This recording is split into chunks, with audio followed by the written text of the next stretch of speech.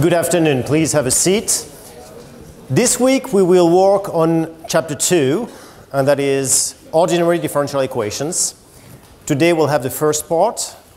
Tomorrow there will be a lab session that will be addressing the first part. So you have some exercises to do tonight, I think. On Wednesday we'll be doing part 2 of this lecture, and on Friday there will be the second lab session that will conclude that week on chapter 2, ordinary differential equations.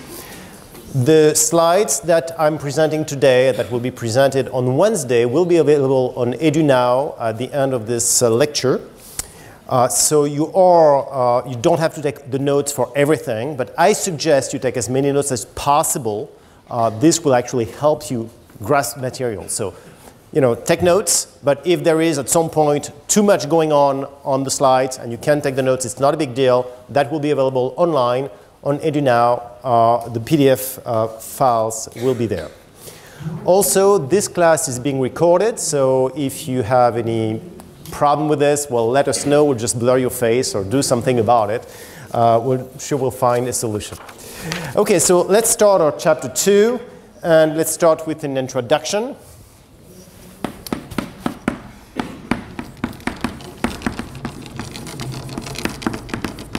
And as a matter of fact, let's start with a few definitions.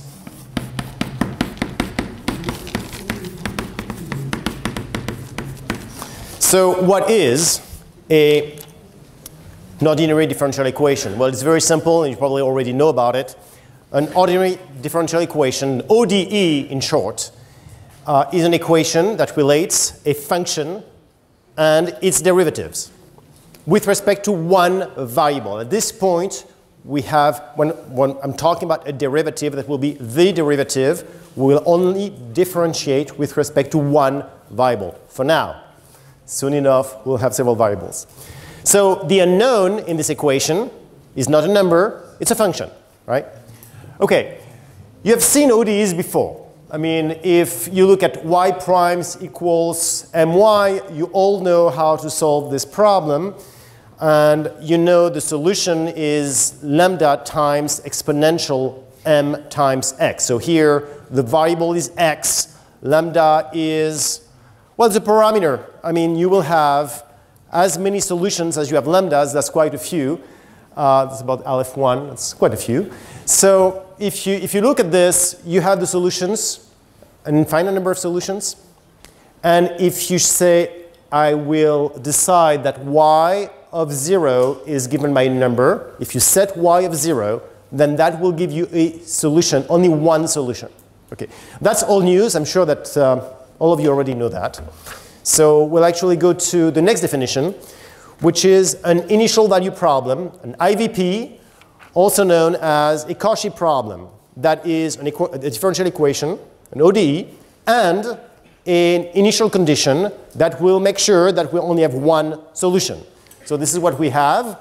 IVP equals ODE plus initial condition. That's a pretty interesting equation, isn't it? What's interesting about it is that when you model something, this is usually what you have. When you model something, which is often what you have an evolution problem. You can actually look at a problem, a system at a given time, and what you want to do is to predict what will happen next. So that's kind of what an IVP is, what an initial value problem is. Often we will consider that the initial condition is at t0 equals 0, but of course there is no rule about that. Something else you already know is the order of an ODE. It is given by the highest number of derivatives. For instance, if you look at y primes equals my, then the order of the ODE is 1, because you have one derivative. And if you look at y second derivative, plus 2y primes plus 3 equals 0, that is a second order ODE. That is all news. Again, just wanted to recall this for just the sake of recalling a few definitions before we actually start. Also, I wanted to give you some insight about why it's important to do ODEs. And that's what I would like to address next before actually going into the meat of the course, which is the importance of ODE for modeling.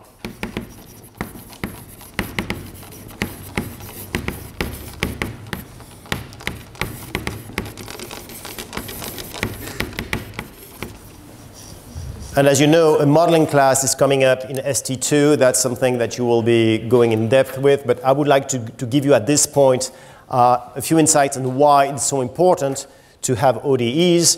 And of course, when you think about it, you think, well, that's going to be important. Why? Because in nature, you often relate quantities with the variation of these quantities. In other words, you have ODEs, right? Variation is a derivative. That happens in physics all the time, mechanics all the time, biology all the time, economics. It happens everywhere. So very often you have a situation where you have an ODE and you will have to solve the ODE or understand what the ODE is all about to actually predict and simulate what will happen next. And I would like to give you a few examples here. The first example is a pendulum. Well, you know this. I mean, you've probably seen this in mechanics class before. Someone actually just takes this little this rod and actually just let it go. Question is, can we model this? Can we find equations that will predict the situation and how this pendulum is going to work over time? Well, if you know mechanics, and you do, then you can just model this very simply by saying you have a rod, you have a bob at the end of the rod. So the length of the rod will be L. The mass of the bob will be M. And what happens is that the angle is theta of time. Because this will obviously evolve around time, when time evolves. I mean, the mass and the length is not, but this is what will change with respect to the time. So that's theta of t. Now, you need to make a few hypotheses that the weight of the rod is actually, basically you don't look at it and you don't look at the interaction with the air. You could. That will actually lead to a little bit more complicated equations, and eventually, when we do PDEs, you'll be able to do that. Now, if you look at this, the speed of the bob is L theta prime. That's the in the tangential direction, and the acceleration will be L theta second, right? So that's simple mechanics. If you don't know about this, and I'm sure you do, then you can go back to it and understand why it's so. So you have a radial component, Fr, you have a tangential component, Ft. What happens is that the radial component will be compensated by the tension of the rod. So that basically is not giving us a lot of information, but the tangential component is the one that will produce the motion. So what we have is that, thanks to Newton's second law, you know that if you take all the forces, then you have the mass and you have the acceleration, and then you know how to relate all of this. And what happens is that you have this, ml theta primes equals negative mg times sine theta. And the negative sign is because we go in the other direction. So in other words, what you have is theta prime equals negative g over L sine theta, which happens to be an ODE, and even second order ODE. Okay, so that's the first example. Before I move to the second example, I would like to point out that we have dimensions in these equations. In other words, all of these variables actually carry some dimension, and when you do math, you usually remove this dimension. So what I want to say is that if you look at this, L is a length, so it's an amount of length, right? And as you know, I mean, there will be, in 2 weeks from now, there will be a big meeting about how to redefine the kilograms and the meters and all this. But if you look at the meter, well, you know, during the French Revolution, there was the question about how to change the units. And the meter is the unit of length that represents about a 10th million of the length of a quadrant along Earth that goes through Paris. And that's, of course, with the measurement of the time. I mean, so now we have a little bit more precise definition of the meter. But what's important is that if I say something is 3 meters, it means 3 times that length. Now, so it's not really a number, it's something with a dimension. So what we do usually is we remove the dimensions. And what we do is look at the equations, all the dimensions, and we will actually remove them, all of them. So theta is an angle. Theta prime is an angular speed. Theta second is actually an angular acceleration, not speed. G is an acceleration. L is a length. As we said, the unit is the meter. So what we do is we're going to rescale. And how do we rescale? We're going to take one variable that carries the unit and multiply it by the amount that is non-dimensionalized. Okay, so that's pretty simple. The equations are these ones. So let's say, for instance, I want to look at the length. So what I'm saying is here I have the length. I have L equals L star lambda.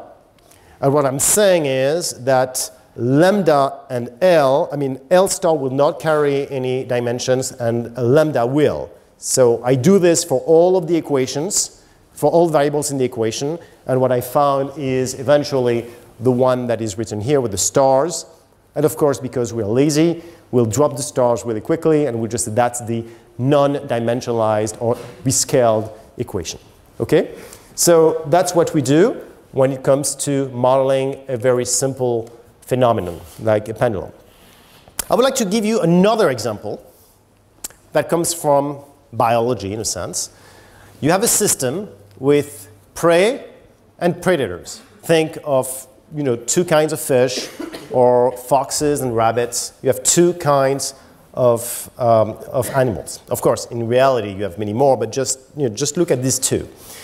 Now, we make a few assumptions. The first one is that the prey have unlimited food supply, and the birth rate of the prey will depend on the number of prey you have. So if you have a lot of rabbits, then the growth is obviously related to the number of rabbits. And so what you have is, you can just say this. If you look at this, oops, actually I just circulate a little too high. What you have is x primes equals alpha x, right? So what we're saying is the birth rate is proportional to the amount of prey. Now, I'm going to remove this because, obviously it's, no one can read anything. It's terrible. Okay, but you get it, right? So that's the first part of the equation. The second part of the equation is the rate of predation here, upon which the prey is basically eaten, is going to be proportional to the number of preys and predators. How often do they meet? And that's why you have beta xy. So that's the first equation. I'm not going to write anything on the board right now, but that's the first equation. So x primes equals alpha x plus beta xy, right? Now, when it comes to the predators, they have unlimited appetite. When they see a prey, they just eat it, right? Provided they can catch the prey, of course. Now, the birth rate of the predator is proportional to the amount of predators and the amount of food available. So what I will have is y prime equals delta xy. And the mortality rate of the predator is, well, more people you have in a population, the more die. And that will be the reason why you have minus gamma times y. So these are the equations that will model this simple system that has a name. That system is called the Lotka-Volterra system.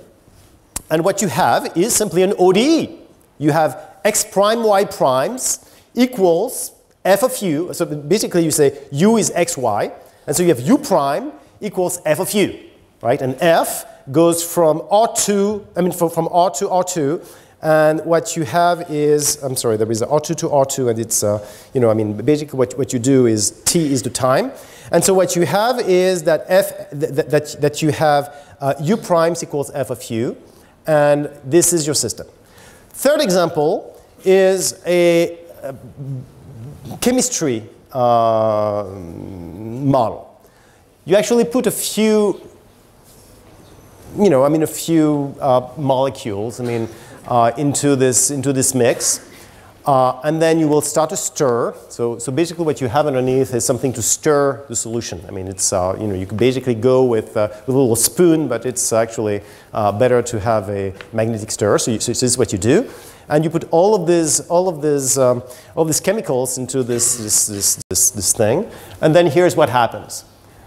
So you just add a little bit of the solution, and this is what happens. So you stir, and we don't do anything else. We don't add anything, and it becomes clear, and then it becomes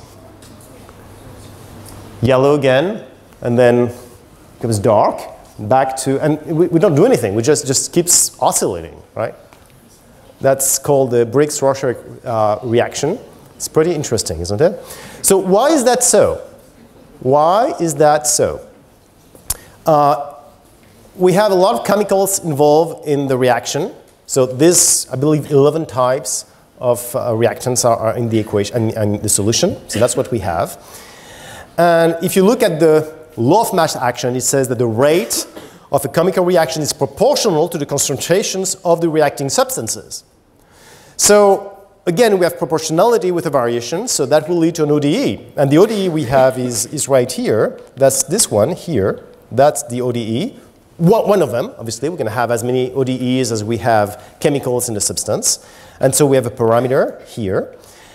And that's for H2O2 with HOI. This is for that particular equation. If you look at all 11 equations, this is what you get. So, you know, I mean, you need to know this, of course, by heart. This is a very important part of the lecture. So you have 11 equations, and what you have is an ODE, right? Now, if you study this ODE, you will see that you have solutions that are periodicals. So they will indeed, I mean, that explains why, or actually that models why, we have this reaction that changes color all the time.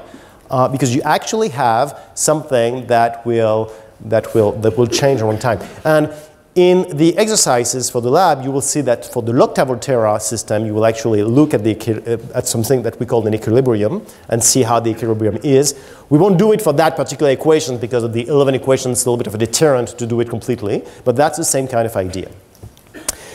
Before we actually move on, just let me give you a fourth example, the Solo-Swan model, which is a model in economics that you will actually discuss next year with Pascal Lacosta in the economics class.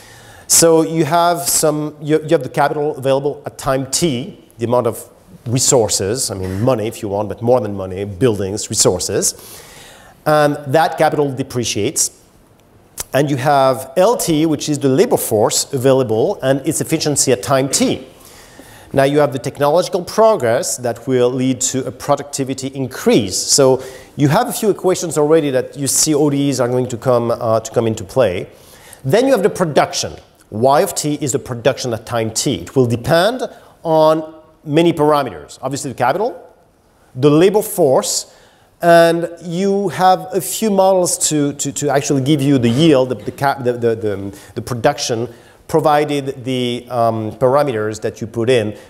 One which is very obvious and very often used is Cobb-Douglas. So that's this one. Y of t equals k of t raised to power alpha times L of t raised to power 1 minus alpha. There are many variations of this possible. There are many production functions, but that's one of them.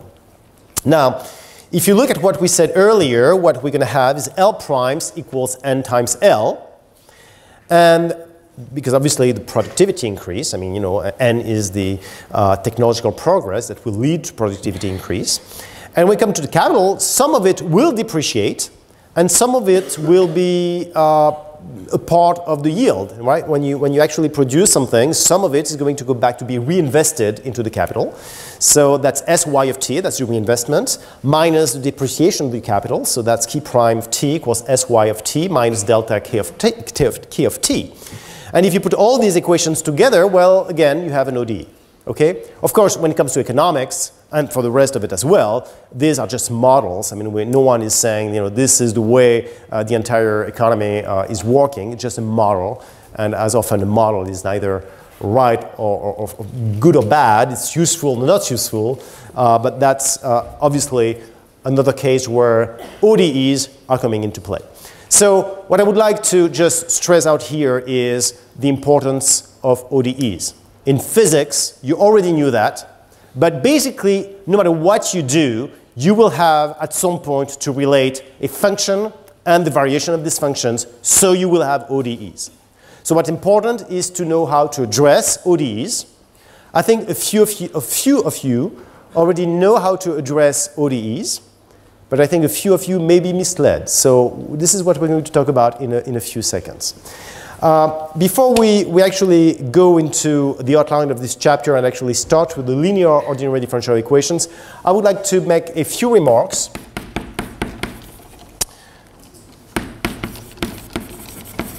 and make some points about notations.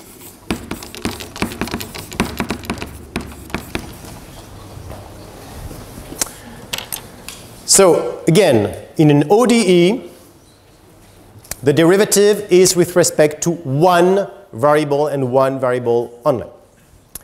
So in the fourth example we just gave, the variable was the time. That's why we call it t. It's often the case, not always the case, but often the case. Now, we use ordinary because there is only one variable. If there were two variables or more than two variables, two or more, then that will be called a partial differential equation, or PDE. And that's the PDE which is part of CIP PDE. That's partial differential equation. So you can understand from the name of this course that this is something we will discuss later on during this course. The function, the unknown function, is often denoted by y or u, and the variable is often denoted by x or t. That's often. There is no rule. It's not illegal to call the variables something else or the function something else.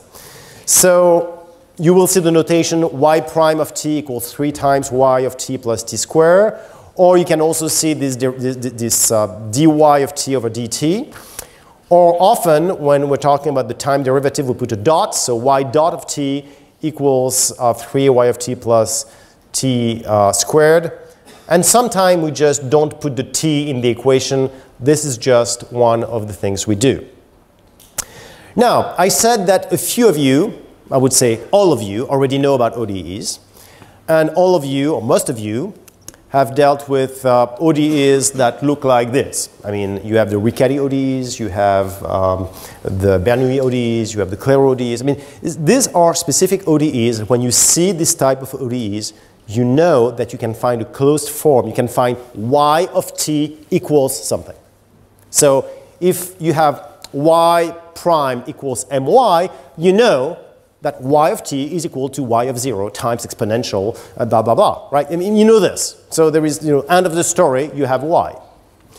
Now, this is great. I mean, when you have an ODE that has specific forms and you can find the closed forms, you should definitely you should find the closed forms. I mean, there is no doubt about it. However, you might be under the false impression that when you have an ODE, what you have to do is to find the closed form.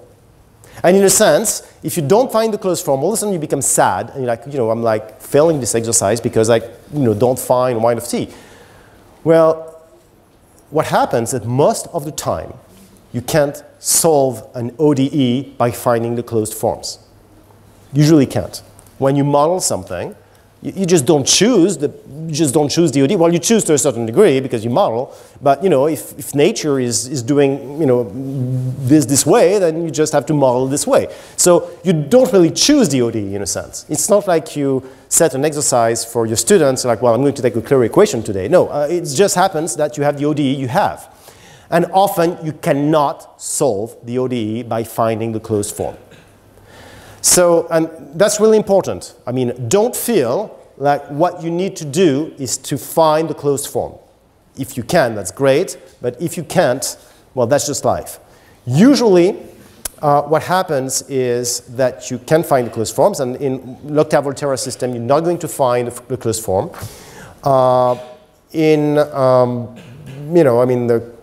Basically, you can't. Okay.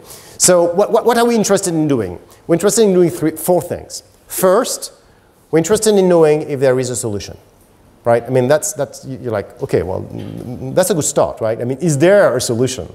And if we have a solution, so number one, is there a solution? And is it defined locally around the initial point, or is this defined everywhere? That's the first question. Second question is, do I have one solution, or do I have several solutions? So that's a question. What happens when y is large?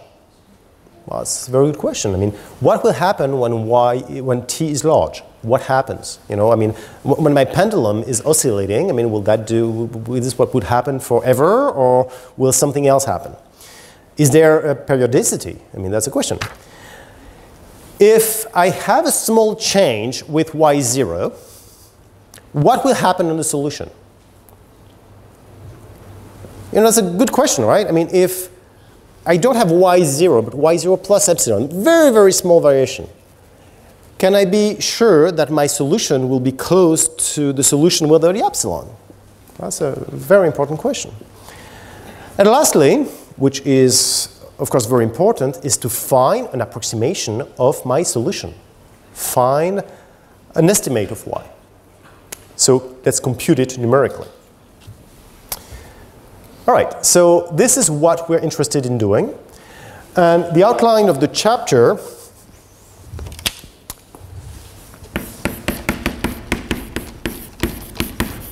is this. First, we have an introduction. This is what we're doing now. Then what we're going to do just in a few seconds is to work on linear ODEs. Then we will talk about the theoretical resolution of the ODE. In other words, can I guarantee existence of the solution? Uniqueness of the solution? What about the small variation of y0? Okay?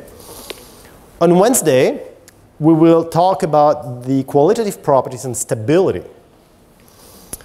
We'll explain to you why it's so difficult to predict the weather. That's actually part of Wednesday class.